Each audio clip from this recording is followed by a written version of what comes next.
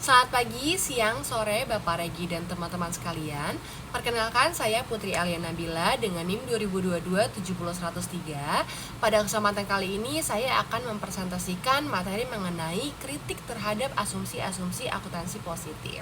Nah, sebelum kita mulai, pernah nggak sih kalian ini bertanya-tanya kenapa perusahaan itu melaporkan angka-angka keuangan seperti itu? Atau kenapa mereka memilih metode penyusutan tertentu? Nah, di balik setiap angka yang kita lihat di laporan keuangan, ada sebuah teori yang berusaha menjelaskan dan bahkan memprediksi perilaku tersebut, yaitu akuntansi positif. Nah, hari ini saya akan membahas tentang akuntansi positif dan kita akan memahami apa itu akuntansi positif, apa asumsi-asumsi dasarnya, dan yang paling penting kita akan membahas terkait dengan kritik atas asumsi-asumsi tersebut.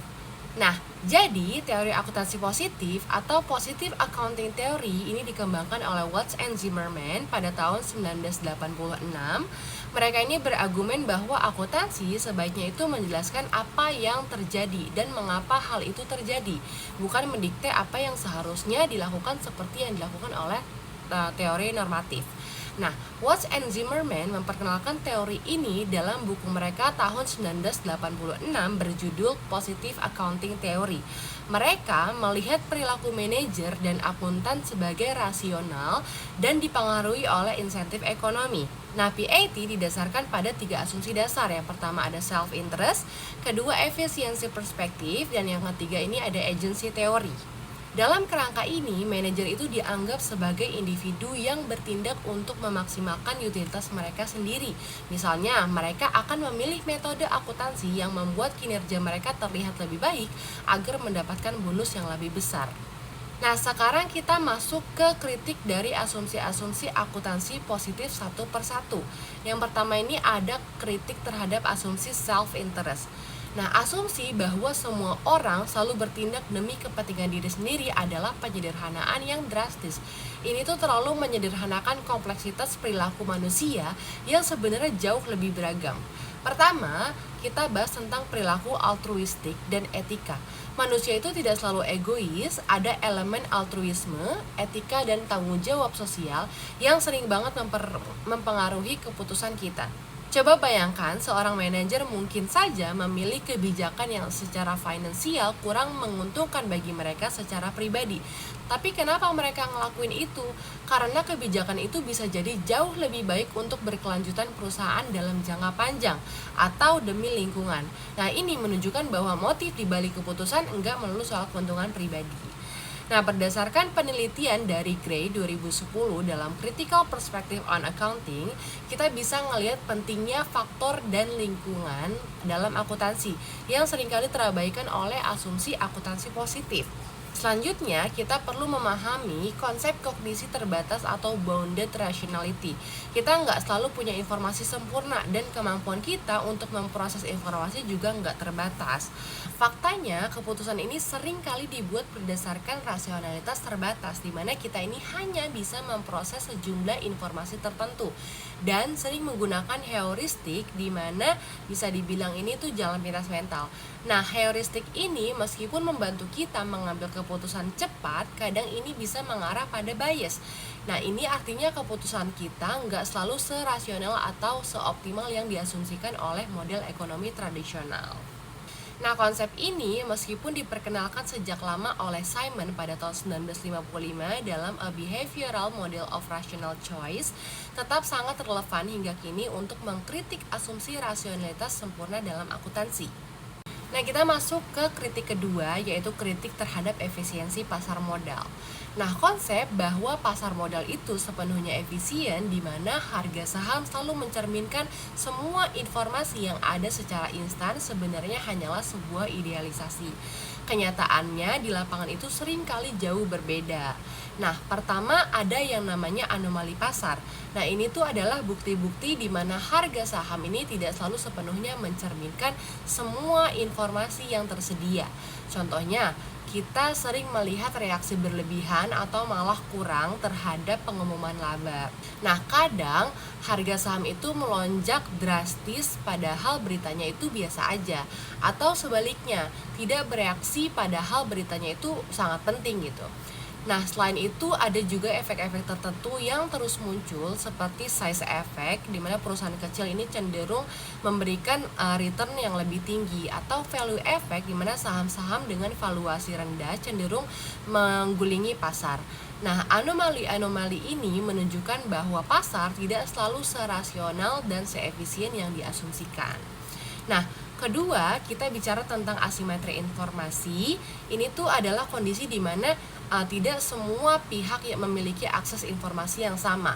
Kita ambil contoh manajer perusahaan. Mereka ini seringkali punya informasi yang jauh lebih baik tentang kondisi internal perusahaan ketimbang investor di luar sana. Nah, ketimpangan informasi ini atau asimetri informasi jelas bisa menghambat efisien pasar. Nah, investor mungkin tidak bisa membuat keputusan yang sepenuhnya rasional karena mereka kekurangan data yang krusial atau dimiliki oleh pihak eksternal. Buku Inefficient Market oleh Slaver pada tahun 2000 memberikan gambaran bagaimana pasar ini bisa menjadi tidak efisien, bertentangan dengan asumsi akuntansi positif yang ideal. Nah, selanjutnya kita masuk ke kritik yang ketiga, kritik terhadap sifat manajer sebagai homo economicus. Pandangan bahwa manajer itu cuma homo economicus yang fokusnya cuma keuntungan pribadi itu jelas terlalu sempit. Menganggap manajer sebagai mesin yang hanya berfungsi untuk profit itu nggak mencerminkan kompleksitas peran mereka dalam organisasi yang melibatkan banyak faktor lain seperti etika, kepemimpinan, dan tanggung jawab sosial. Nah, pertama kita nih harus tahu bahwa manajer ini juga punya motivasi non-moneter. Mereka nggak selalu tergiur oleh uang atau insentif finansial aja. Faktor-faktor seperti reputasi, pengakuan atas kerja keras, kepuasan kerja, atau bahkan visi pribadi mereka untuk masa depan perusahaan seringkali menjadi pendorong utama dalam pengambilan keputusan. Nah, aspek-aspek penting ini sering terabaikan begitu saja oleh akuntansi positif yang cenderung berfokus pada insentif berbasis uang. Nah, kedua, keputusan yang diambil oleh manajer itu tidak terjadi dalam kondisi yang terpisah dari lingkungan sekitar. Manajer itu sangat dipengaruhi oleh tekanan sosial dan institusional dari berbagai pihak. Mereka ini harus mempertimbangkan banyak pemangku kepentingan lainnya seperti karyawan yang membutuhkan kesejahteraan, terus juga pemasok yang mencari kerja sama jangka panjang, juga pelanggan yang menuntut kualitas, dan bahkan opini publik yang bisa mempengaruhi citra perusahaan. Nah, ini berarti manajer tidak bisa hanya memikirkan keuntungan pribadi mereka. Mereka juga harus menyeimbangkan berbagai kepentingan dan tekanan ini. Nah, seperti yang dijelaskan oleh Suchman pada tahun 1995 dalam artikelnya tentang legitimasi, perusahaan itu dan manajer berupaya mendapatkan pengakuan dan penerimaan dari masyarakat. Nah, hal ini menunjukkan bahwa motivasi mereka melampaui sekedar memaksimalisasi kepentingan diri dan sangat dipengaruhi oleh lingkungan sosial serta institusional di sekitar mereka. Nah, kita masuk ke kritik keempat, yaitu kritik terhadap relevansi laba akuntansi. Akuntansi positif cenderung terlalu fokus pada laba akuntansi sebagai satu-satunya tolak ukur kinerja yang paling penting. Faktanya, ada banyak ukuran kinerja lain yang sama relevannya bagi para pemangku kepentingan. Selain laba, kita juga perlu melihat arus kas perusahaan, nilai pasar perusahaan, bahkan indikator non-keuangan seperti kepuasan pelanggan, investor produk, atau pangsa pasar. Dan dampak sosial atau lingkungan yang dihasilkan perusahaan juga merupakan bagian penting dari kinerja. Mengabaikan semua ini dan hanya fokus pada laba ini berarti kita hanya melihat sebagian kecil dari gambaran keseluruhan. Dan itu bisa memberikan pandangan yang tidak lengkap atau bahkan menyesatkan. Nah, kemudian fokus yang berlebihan pada laba juga bisa mempunyai konsekuensi negatif, yaitu mendorong manajemen laba. Nah, apa itu manajemen laba? Itu adalah saat manajer memanipulasi angka-angka akuntansi untuk memenuhi target, mencapai ekspektasi analis, atau sekedar membuat laporan keuangan terlihat lebih baik. Nah, tentu saja praktek ini bisa merusak kualitas informasi yang seharusnya objektif dan bisa dipercaya. Nah, jika laba bisa diutak-atik, bagaimana kita bisa yakin kalau angka-angka itu benar-benar mencerminkan kondisi di perusahaan? Nah, Dechau dan Skinner pada tahun 2000 dalam Accounting Horizon telah banyak membahas bagaimana berbagai pihak melihat manajemen laba dan implikasinya terhadap kualitas laba. Nah, ini menunjukkan bahwa fokus semata pada laba ini bisa menjadi bumerang. Nah, selanjutnya kita masuk ke implikasi dari kritik-kritik yang sudah kita pelajari sebelumnya. Jadi dari kritik yang sudah kita bahas tadi, ada beberapa implikasi signifikan yang perlu kita pahami bersama tentang akuntansi. Ini bukan sekedar teori kosong, tapi juga punya dampak nyatanya. Nah, pertama, ini membuat kita mempertanyakan kekuatan penjelasan akuntansi positif. Kalau asumsi dasarnya saja sudah bermasalah, seberapa baik sebenarnya akuntansi positif ini bisa menjelaskan fenomena akuntansi yang terjadi di dunia nyata? Mungkin ada faktor-faktor lain yang jauh lebih kompleks yang tidak mampu ditangkap atau dijelaskan oleh model akuntansi positif yang selama ini kita kenal. Ini berarti kita perlu lebih skeptis dan mencari penjelasan yang lebih mendalam. Kedua, muncul kebutuhan akan pendekatan multidisiplin dalam memahami akuntansi. Nah, untuk benar-benar mengerti akuntansi, kita tidak bisa lagi hanya terpaku pada perspektif ekonomi yang sempit. Kita perlu memulai memasukkan wawasan dari berbagai bidang ilmu lainnya, seperti psikologi yang menjelaskan perilaku manusia, sosiologi tentang interaksi sosial, etika tentang nilai-nilai moral, hingga ilmu politik yang membahas kekuasaan dalam regulasi. Dengan begitu, kita bisa mendapatkan gambaran yang jauh lebih komprehensif dan utuh.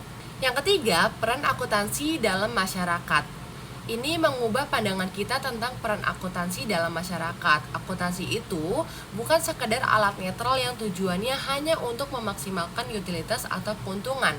Akuntansi ini punya dampak sosial dan politik yang signifikan. Dia bisa digunakan untuk berbagai tujuan yang sangat beragam, tidak melulu hanya untuk kepentingan pribadi atau memaksimalkan kekayaan. Nah, akuntansi bisa membentuk perilaku, mempengaruhi kebijakan, dan bahkan menentukan arah pembangunan sebuah organisasi atau masyarakat. Jadi, kesimpulan dari yang sudah tadi saya jelaskan, akuntansi positif ini memang telah memberikan kontribusi besar dalam menjelaskan kenapa perusahaan melakukan apa yang mereka lakukan dalam hal akuntansi. Model dan kerangka kerjanya telah membantu kita memahami banyak fenomena, tapi kita tidak boleh menerima begitu saja asumsi-asumsi dasarnya secara mentah-mentah. Justru penting bagi kita untuk selalu kritis dalam tidak berhenti mempertanyakan. Dengan mengkritisi asumsi rasionalitas ekonomi yang berlebihan, konsep efisiensi pasar yang kadang idealis, dan fokus yang terlalu sempit pada manajer sebagai homo economicus, kita dapat melihat bahwa realitas akuntansi jauh lebih kompleks dari yang dibayangkan. Manajer dan individu dalam dunia akuntansi ternyata dipengaruhi oleh berbagai faktor, mulai dari etika, rasionalitas yang terbatas, hingga tekanan sosial yang institusional yang kuat. Memahami keterbatasan akuntansi positif ini adalah langkah krusial. Ini tuh mendorong kita untuk melihat akuntansi tidak hanya sebagai cerminan transaksional semata, tetapi sebagai sebuah praktik yang kaya akan dinamika manusiawi, sosial, dan juga politik. Ini adalah awal yang penting untuk mendorong teori akuntansi yang lebih relevan dan holistik di masa depan, yang mampu menjelaskan dunia akuntansi secara komprehensif. Sekian presentasi dari saya, terima kasih.